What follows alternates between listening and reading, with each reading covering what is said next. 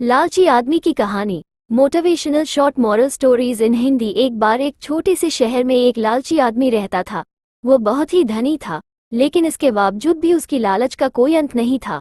उसे सोना और कीमती वस्तुएं काफी प्रिय थीं, लेकिन एक बात जरूर थी कि वो अपनी बेटी को किसी भी चीज से ज्यादा प्यार करता था।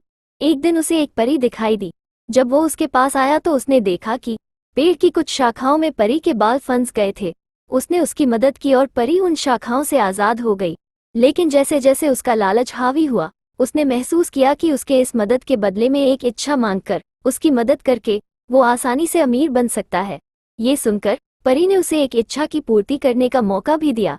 ऐसे में उस लालची आदमी ने कहा कि जो कुछ मैं छूऊं वो सब सोना हो जाए। बदले में ये इच्छा को भी उस परी ने पूरी कर दी थी।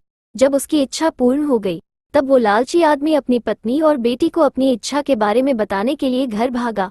उसने हर समय पत्थरों और कंकड़ को छूते हुए और उन्हें सोने में परिवर्तित होते देखा, जिसे देखकर वो बहुत ही खुश भी हुआ।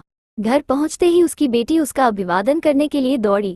जैसे ही वो उसे अपनी बाहों में लेने के लिए नीचे झुका, वो एक सोने की मूर्ति में बदल गई। ये पूरी घटना अपने सामने देखते ही उसे अपनी गलती का एहसास हुआ। वो काफी जोर से रोने लगा और अपनी बेटी को वापस लाने की कोशिश करने लगा। उसने परी को खोजने की काफी कोशिश करी, लेकिन वो उसे कहीं पर भी नहीं मिली।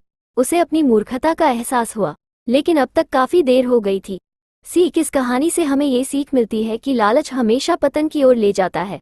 जरूरत से ज्यादा लालच करना हमें हमेशा दुख प्रदान करता है।